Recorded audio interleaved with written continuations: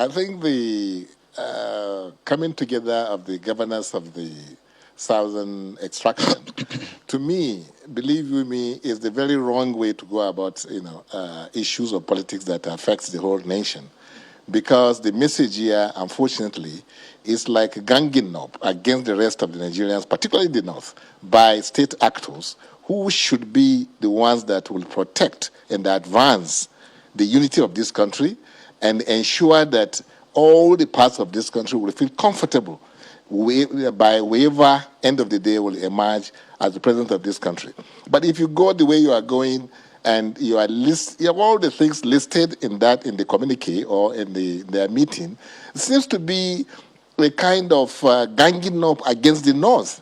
When you look at the grazing, you look at the insecurity, you look at the issue of politics 2023, how can we have elected officials, governors for that matter, coming out in this manner to emphasize things that divide us, not talking about things that unite the country? I mean, it beats my imagination. It is unfortunate that we don't have governors today coming together on issues of principle, that maybe that we are progressives or we want a progressive government in this country, or we belong to a particular ideological leaning and therefore we want to entrench that kind of politics in the country. But what we are hearing is that it's like these governors are not anything better than Igboho or Kanu or any person that is not elected to protect the nation. So I'm disappointed, really, to say the least, because by now, we shouldn't be talking about these dichotomies that have nothing to do with good governance. You talk about North, you talk about religion, you talk about where you come from, and you are talking about fairness. I think we are getting it wrong. And the earlier these governors wake up to their responsibilities of ensuring that this country becomes stronger as one indissoluble, and one united country, the better for everybody. The way they are going will even kind of scare the North. And the North, don't forget that the North, in fact, controls, the largest chunk of the vote that you want to use to become the president of this country. Except if they are talking about president of Southern Nigeria, not the president of Nigeria. You must act in a way that somebody can entrust his future, his affairs in your hands. But the way these Southerners, the governors in particular, are going, is not in any way in tandem with the intention of the founding fathers of this country. And if you look at what I think most of Nigerians, particularly the Northerners, will take from this, is that we are out against you, and we want to make sure that we will retaliate, whatever you have been doing to us, which perhaps, nobody in the North really intends anything bad, for the country. In fact, insecurity they are talking about, who is the worst, who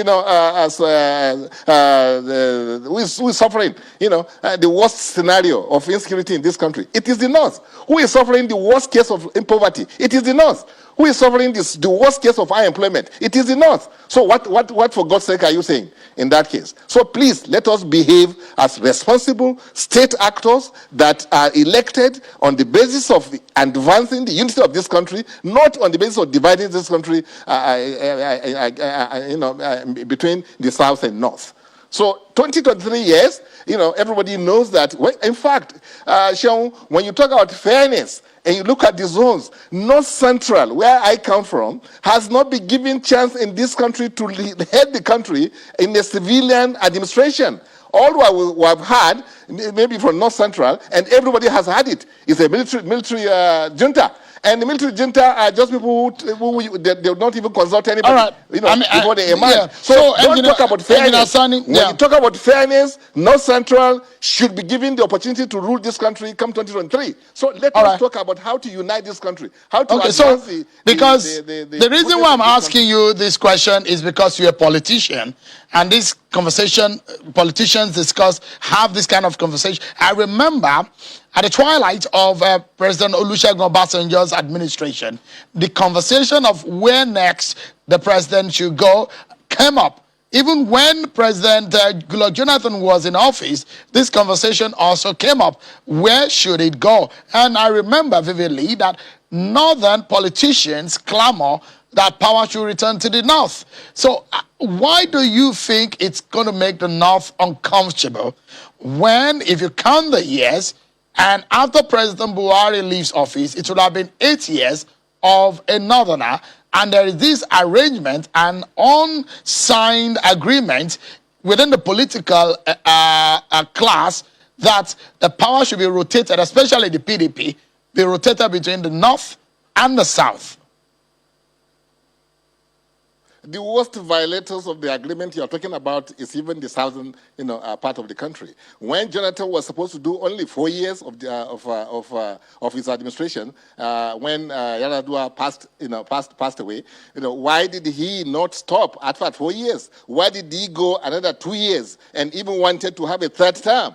And the Southerners want to load it over the North so that, now they're telling us that it is 8 years of Buhari, so after 8 years of Buhari, it must come. Constitutionally, it's even under PDP, it's supposed to be 8 years of President Obasanjo, and after that, North was to have 8 years. North didn't have the 8 years. So when you are talking about fairness, why don't we be fair with ourselves when we are talking? So don't talk about fairness here. Talk about how do we unite this country? How do we ensure that we have a president that can deliver, for the people of this country? Where is the masses in all these discussions we're talking about? That the North, that it is now the southern part that will have the chance to rule the country. There is another issue. Don't talk about the masses. Yeah, there's another issue that is very critical. So the southern governors had said that come 1st of September 2021, they set it as a deadline for the promulgation of the anti-open grazing law in all the 17 states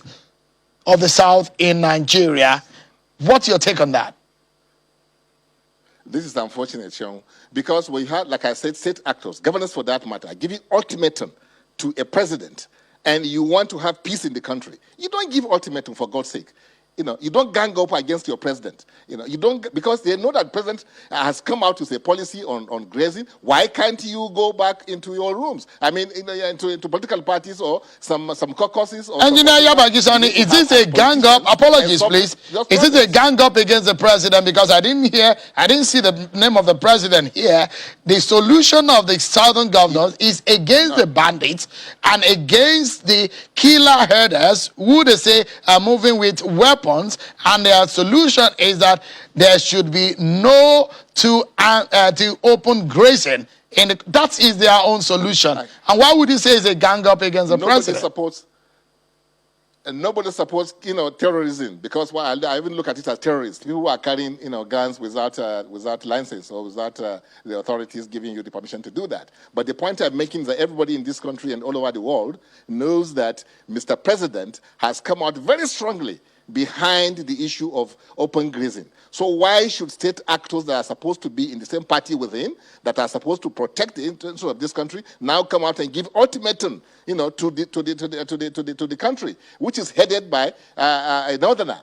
So this is wrong. This is the wrong way to run this country. Please. All right. So let me, and thinking, okay, and then knowing that they are not representing, even though. Let me bring back Mr. Falana into the conversation.